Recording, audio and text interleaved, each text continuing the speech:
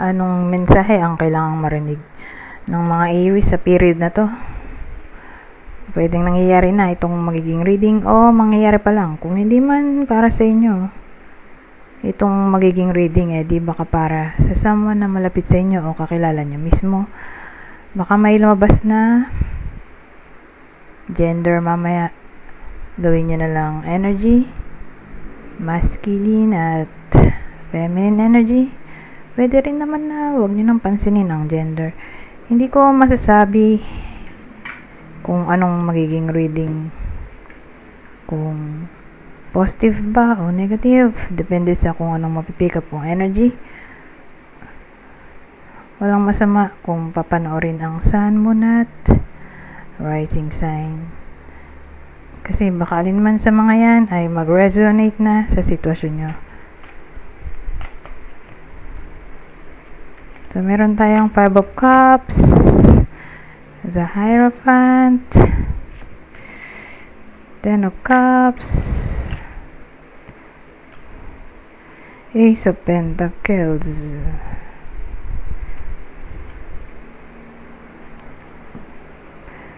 So ang bida natin na ay pamilyado pero hindi kasal.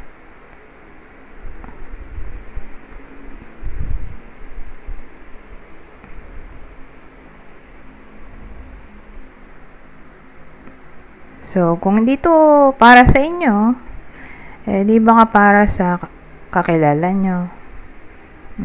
Basta yung clue natin doon iikot sa pamilyadong hindi kasal. Ano tong 5 of Cups? Ay, 5 of Cups, so 3 of Swords agad.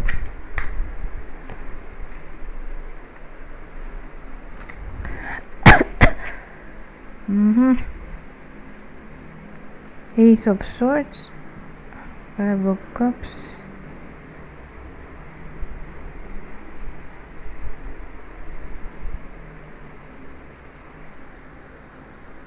So yung 5 of Cups na natin kinlarify ng 3 of Swords, 8 of Cups, Ace of Swords.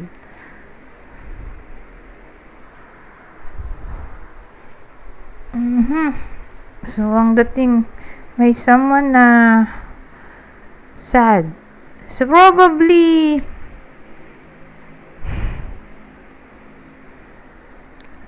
separated reading na to, pero pamilyado. Yun nga lang, hiwalay na sila. Yun yung bida dito, Kasi may 3 of Swords tayo. Probably in pain o nagkaroon ng third party. Kasi yung 5 of Cups natin, ay, tama ba? Oo nga, 5 of Cups.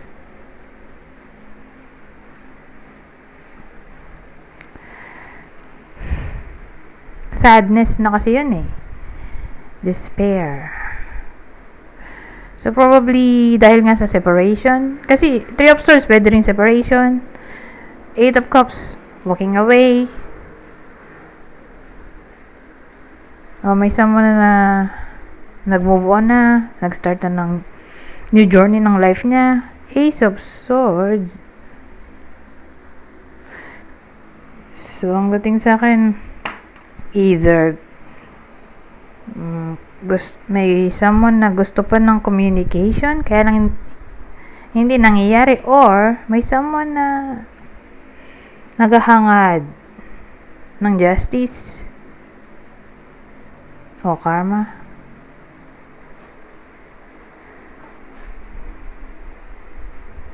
So face to face basis, depende sa anong ninanais ng bida natin. Pero again, yung bida natin ay hindi kasal, pero hiwalay na. Yun nga lang, walang lumalabas na gender ngayon Kumbaga mamaya siguro, baka meron na. Pero sa ngayon, yun pa lang yung clue natin. Okay, di natin masabi kung sino ba to. Babae, lalaki. Yun pa lang clue natin. yung pamilyadong hiwalay na.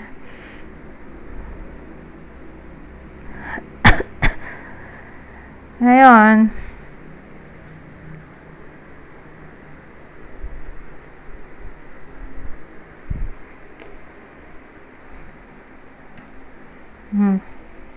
may Hierophant tayo, oh.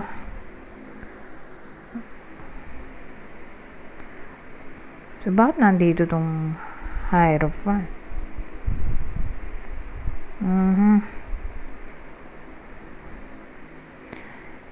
So, maganda kung i-clarify natin tong part na to. Bakit siya nandito?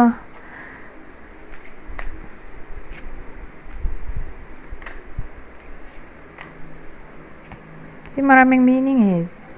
Kaya maganda kung i-clarify natin. Para magka-idea tayo kung saan tatakbo yung kwento. Oh! 7 of Swords, oh. So, yung Hierophant natin kinlarify ng 9 of Swords. Ace of Cups at 7 of Swords.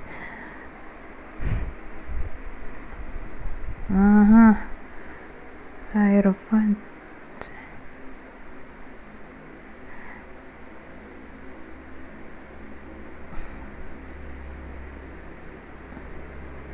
Kasi yung Hierophant natin, magmumukha na tong commitment. So, ang dating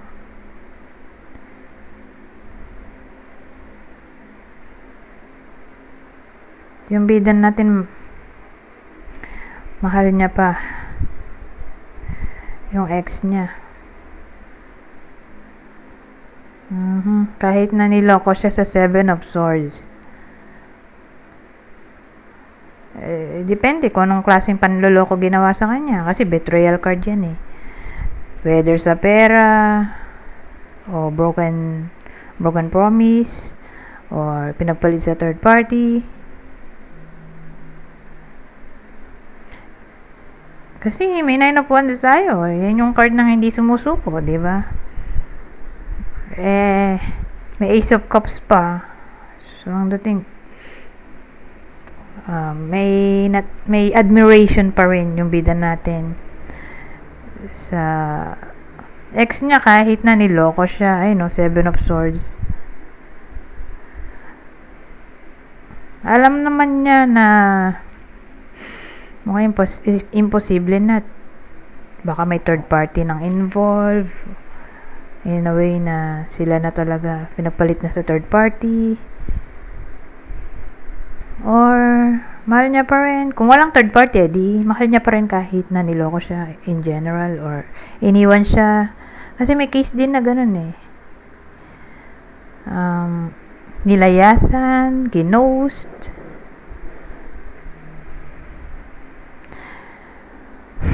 Inabandon na.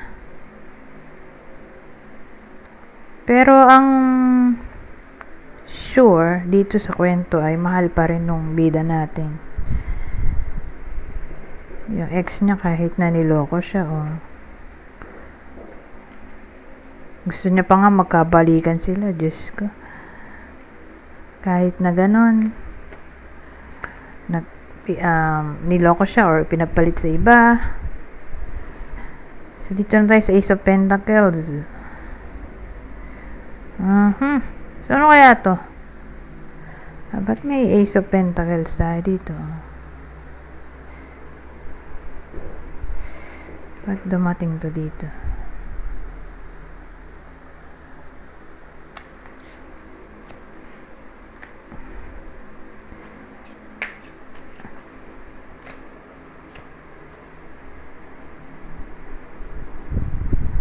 Oh!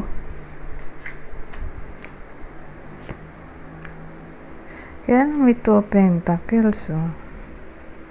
Sa dulo.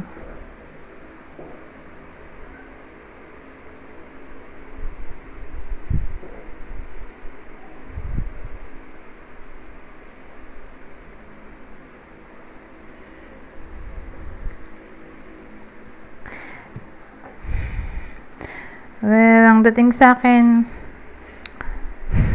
Actually, naisip ko nga kanina nung wala pa to. Baka posible ang Three of Cups o Celebration. Baka posible pa, lalo't nandito pa tong Eight of Wands. Baka posible pa ang reconciliation. Kaya lang na partneran ng Two of Pentacles.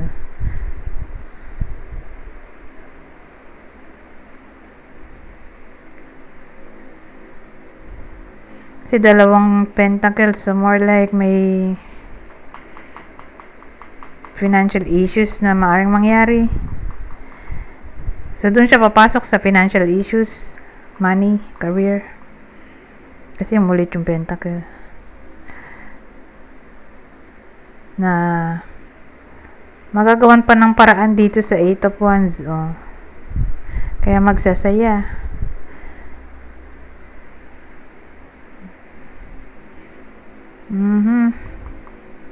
Yan ang dating sa akin. Doon siya tatama sa money problem, money o career problem. Kasi kakaroon ng progress dito. So, kung na-stuck sa sitwasyon na karoon ng financial issue, hindi na may stuck. Kakaroon nga ng progress. At may chance pa na maayos kasi nandito nga itong Three of Cups na may celebration na maaaring mangyari.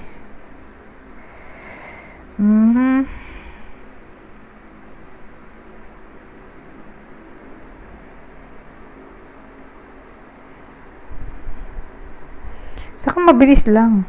Kasi nandito nga itong Eight of Wands. Mabilis. Kasi yan para siyang literal na arrow. Pag may tinarget, di ba yung arrow? Halimbawa kayo. Hawak-hawak niyo yung pamana. Para siyang pamana ba? Tapos pag may tinarget, di sa pool. Paano kung duling, no? Hindi natamaan. Pero more like, tatamaan yun kasi nga. Sa dami yan, Eight of Wands, oh. Kung sabay-sabay yun, sabay-sabay silang dito. Sabay-sabay itinira, oh. Or kung sumala man yung isa, may pangalawa pang sibat, arrow. Hanggang sa matamaan yung target. Kasi dito sa Two of Pentacles, yan yung card ng time management.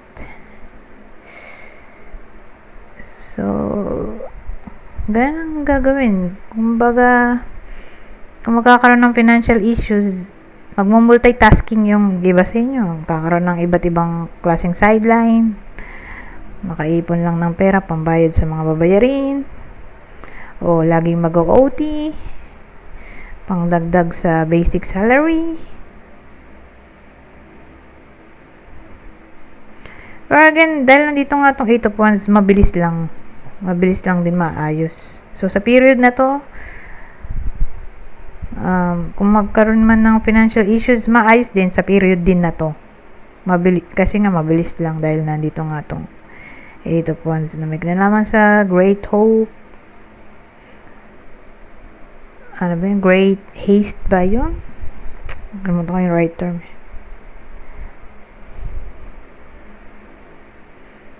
Great Hope, Great Haste,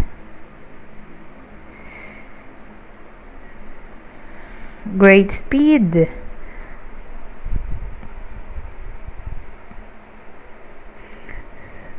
So, ganun ang dating dito.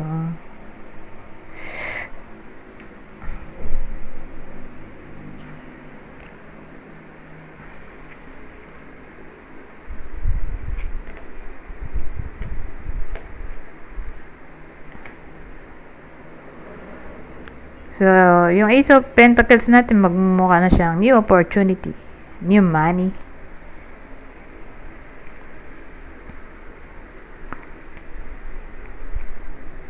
O, abundance, manifestation.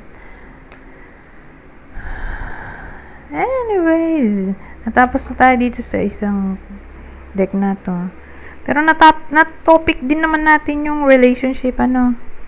Yun nga lang walang naging outcome dun sa relationship. Pero, nag-end tayo sa gusto pa rin nung bida natin, yung ex niya.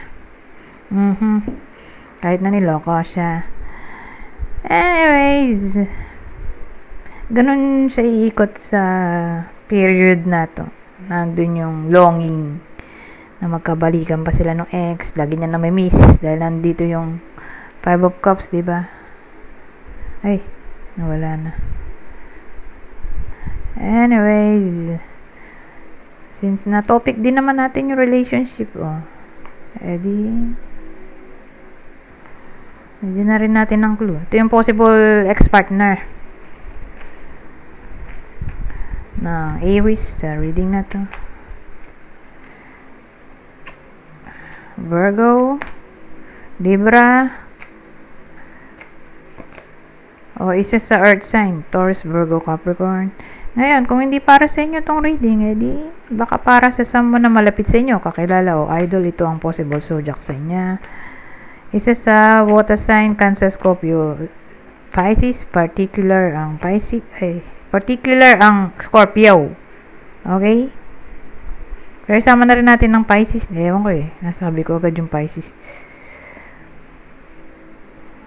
Pero again, buong water sign naman to. Cancer, Scorpio, Pisces. At itong huli ay Aquarius. Ngayon, pupunta tayo dito sa susunod na deck sa pang-clue. So, kung di man tumama sa inyo tong clue, edi baka tumama dun sa person nyo, kakilala o idol. Kunin nyo lang yung clue na sa tingin nyo ay fit sa sitwasyon nyo o sa kakilala nyo. So, may someone na malaki ang hinaharap. Busty chest Square face. O, ayan. Ganyan yung tsura ng face niya. Shape. Square daw.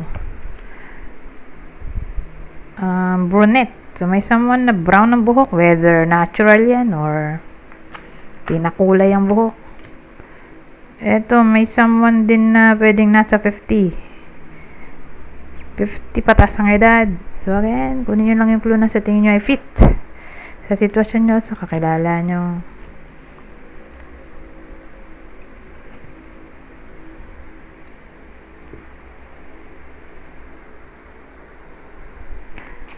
Ano pang masasabi nito?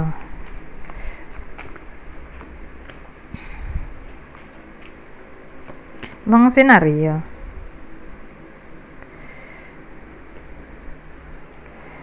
So, ibang senaryo. Good lady, receiving gifts. Wow. So, may babae. Probably 40. Nasa 40 pataas. Ay baka maka-receive ng gift. Sabi, receiving gift Or kundi man literally, gift. Di pwede ring attention. Or recognize yung babaeng to. So, kung ano man meron siya. Galing, talento, skill, knowledge. Pwede rin ganun. So, nagmukha na siyang praise. Or, may tutulong sa kanya in times of crisis. Or, pwede rin, kung nag-a-apply siya ng work, maaaring matanggap siya sa period na to. So, may tutulong in times of crisis sa babaeng to. Or, baka sabihin natin yung nanonood, halimbawa hindi siya 40 pataas ang edad, edi may tutulong sa iba sa inyo, probably babae, nasa 40 pataas ang edad.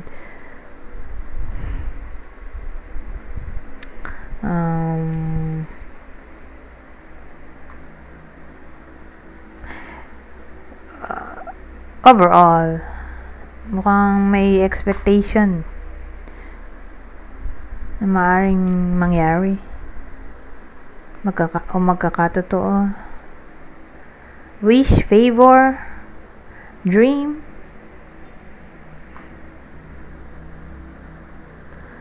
Mhm.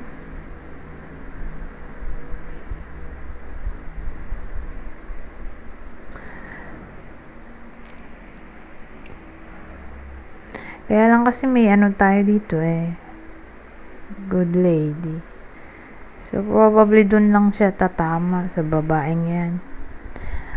Babaeng Aries or halimbawa lalaki yung nanonood, di sa person niya na babae. So, again, yung gender natin dito, pwedeng literal na tao or energy, masculine o feminine energy. Depende kasi sa nanonood. Dahil sa panahon ngayon, marami ng gender. Okay?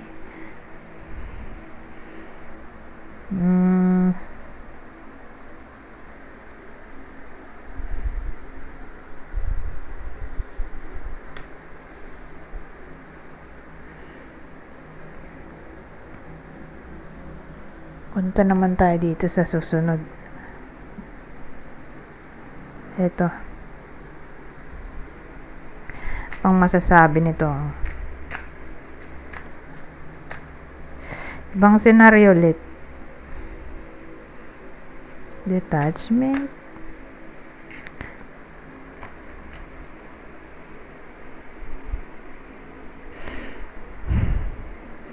Ang dating sa akin, overall, kung baga, sa period na to, may detachment kasi tayo dito, oh.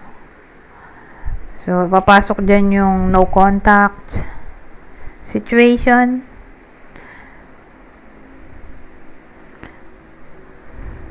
May patience. So, ang dating, hindi man mangyayari agad-agad yung communication, pero since nandito yung patience, posible naman yan. Yun nga lang, it takes time. Kaya siya patience, kasi may kinalaman sa waiting. So, it takes time para mangyari. Hindi natin masabi kung kailan, pero mangyayari naman. Hindi nga lang ngayong period. Okay? So, again, tungkol to sa reconnection. So, probably kailan kaya? Kung hindi man ngayon, ngayong period, yung reconnection. So, tingnan natin.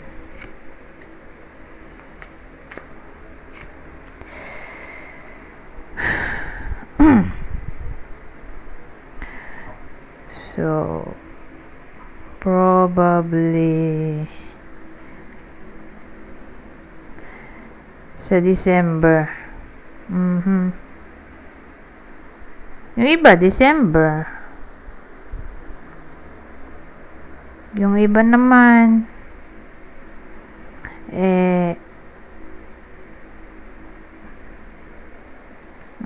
sa full moon daw.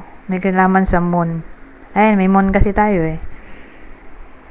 Basta may moon. Nagpalit ng shape yung moon.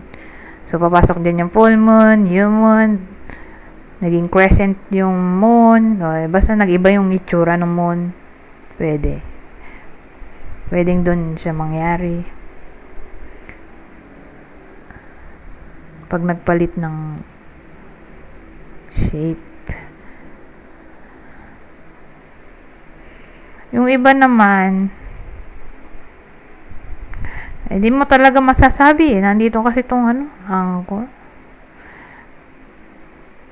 So, ano to eh. Matagal talaga. Sobrang tagal.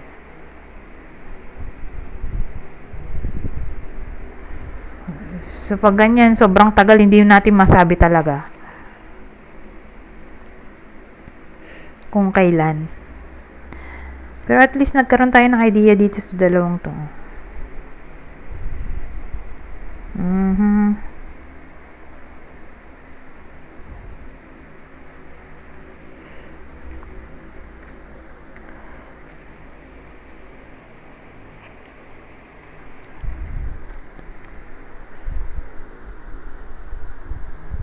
Anyways, mag-end na ba ako? Oh, sige, mag-end na ako. 25 minutes naman na to. Anyways, hanggang dito na lang. Goodbye. For now.